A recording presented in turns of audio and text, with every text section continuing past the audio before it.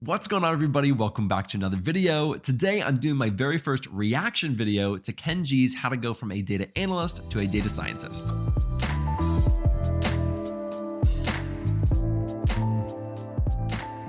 So Ken Jee just posted a video of how to go from a data analyst to a data scientist, and he posts this kind of cryptic LinkedIn post, and it says, "I'm sure this video will start another beef with Alex Freberg," and I honestly have no earthly idea what he's talking about. I mean, I love the man like a brother, and to think that there's some type of disagreement or beef between us, it honestly hurts. And to be completely transparent, I had planned on doing this exact video in just a couple weeks, and so I'm fairly certain that Ken Jee stole my video.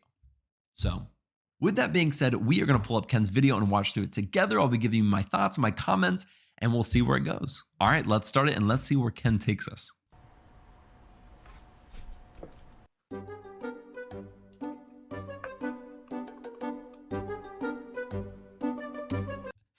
All right, so that's obviously really funny, but I want to note that I can see all of his tabs really quick, and I don't remember any video where I've been able to do that, so I'm going to take a quick look at them.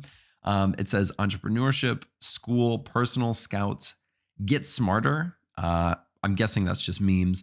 DFS, recipes. I really want to know what's in those recipes. I mean, I feel like, my God, he's hiding something really good in there. Bitcoin, metrics, home tabs, and podcasts. All right. I just wanted to make note of that. Let's keep going. Data analyst work and data science work is relatively similar. First, I want to make it clear that a data science role isn't better than a data analyst role. Thank you, Ken. I'm glad that you said that. I have said that many times in different podcasts and Q&As. I personally feel like a data scientist is not better than a data analyst. It's just different type of work using different skills. That's just my opinion. It's simply a position that leverages a slightly different set of skills. Many people, including my friend Alex the Analyst, prefer the data analyst life. All right. All right. Let's keep going. I think that data science may be more suited for you if you enjoy coding more. Many analysts code, but they leverage other tools like Tableau and Power BI as well. Honestly, data science positions are still rather poorly defined compared to data analyst roles. I'm going to jump in here and say I both agree and disagree. I agree that data scientist roles are terribly defined. I mean, that is a common problem, but I disagree because I feel like data analyst roles are just as poorly defined. And what's funny is you can find a lot of examples of data scientist positions that literally have the job description of a data analyst. But let's keep going. So if you're okay with some ambiguity, that work could also be suited for you more. Now that I've gotten that out of the way, these are some of my practical tips for making the transition from data analyst to data scientist. I'm loving this transition. My first tip is to show employers that you can code. As I mentioned before, data analysts generally program slightly less than data scientists. So he mentioned that earlier. I didn't comment on it, but I'm going to comment on it now. That is very true. If you are not good at coding or you're less inclined to code, I would highly recommend the data analyst route if you still have that inclination. If you want to become a data scientist, you're going to be coding a lot more. If you want to make the transition into data science, you should find ways to showcase your programming ability in Python or R. The best way to do this is with a portfolio on either GitHub or Kaggle.com. Completely agree. And that's what I tell a lot of people. I say, look, if you want to show that you know SQL, Python, Tableau, you need to create a portfolio, some type of dashboard, something that you can show employers that you know what you're talking about. If you just say you know Python, how are they going to know that you actually know the things that are relevant to them? How do they know that you know pandas and scikit-learn for data science or all these other programs or libraries? How are they going to know if you don't show them? So I completely agree with what Ken is saying. For someone with an analyst background, building an end-to-end project is also going to be extremely valuable. I have a few of my videos on projects that I've linked in the card in the top right and below in the description section. Well, that's nice. The next thing you should do is to highlight your strengths. Data analysts often have high levels of business understanding and logic. Can we just stop for a second? And I know sometimes I'm watching for like 30 seconds at a time. I literally have not watched this yet. This is my first time watching this. And so I'm trying to pause at like normal breaking points. But I mean, he's literally flexing on us. And I mean, kudos to you, man. I haven't done pull-ups in a while, and so I'm impressed that you can still do them relatively easily. I don't think I'd be brave enough to put that in a video, so I respect you. You shouldn't try to hide this. Many hiring managers are actually looking for that skill set if you check the box for coding ability. Make sure your resume shows the type of value that you've been creating at your current company or in your projects. Also, make sure to tell these stories during your actual interviews. Yes. I tell, again, I feel like he's hitting some of the really good stuff. I tell people to do that as well. When you are in an interview and you've done a project, point back to those projects. Even if you've never used them in a job, if they ask, how have you ever done data cleaning? And you've never done data cleaning in a job, but you've done it in a portfolio project. You can say, I've done it in a project. Here are the methods that I used. And that is a much more compelling case. And you're able to talk more specifically about the skill itself and how you did it.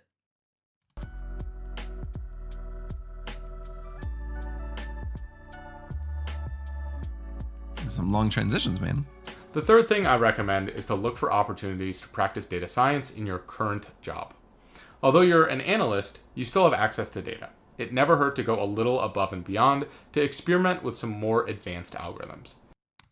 No, that's a great thing. I'm stopping at completely random places, but I want to say that is a very true thing. I've done this myself. When I get into a role, the first thing I do is I see how they do things, how they use the data, what they're using to clean it, process it, etc.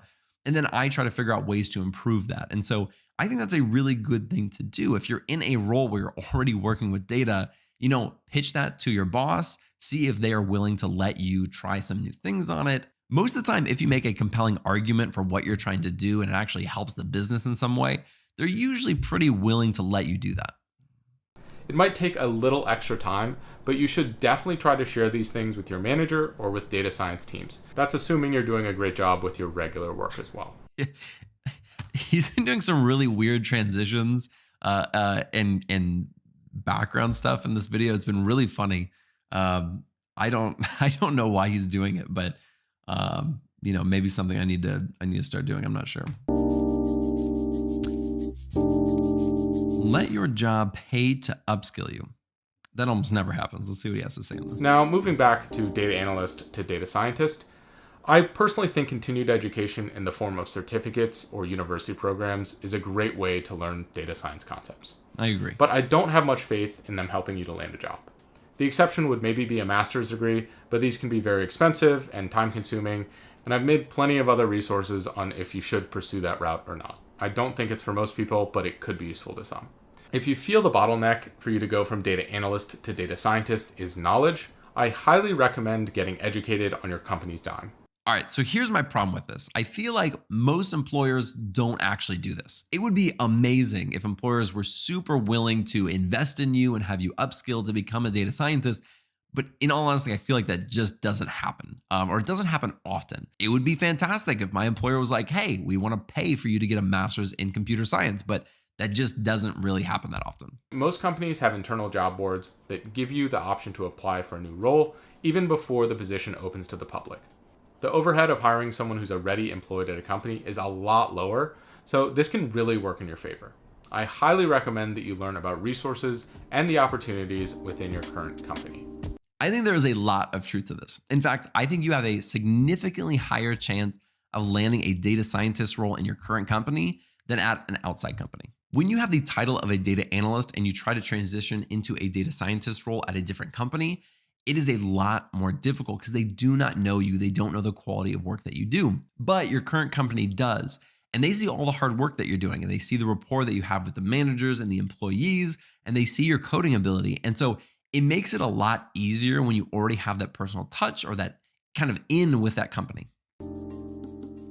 If you've tried all the things that I've mentioned earlier, and I mean like really tried them, then it probably makes sense for you to look outside of your current company.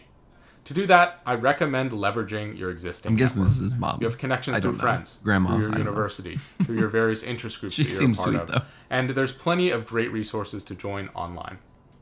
If you feel like you don't have a good network, I think you should go to meetups when it's safe again, or find communities online that you can engage with. You'd be shocked at how many opportunities you find when you're talking with or when you're just around like-minded people. These communities are also an incredible place to develop your skills further. There's a double benefit. Again, I agree and disagree on this one. I agree that joining communities is a fantastic place to learn. I have an Alex the Analyst Discord. I'll leave a link in the description if you want to join that, where people talk about SQL and Python and getting jobs and interviews and all these things. And it's a really good place to learn. I just don't think that these types of communities actually help you land a job. And I've been parts of tons of communities and forums in the past, and I've never had that experience or seen that with anybody else. But that's just my experience. Maybe the 66 Days of Data community really does help you find a job.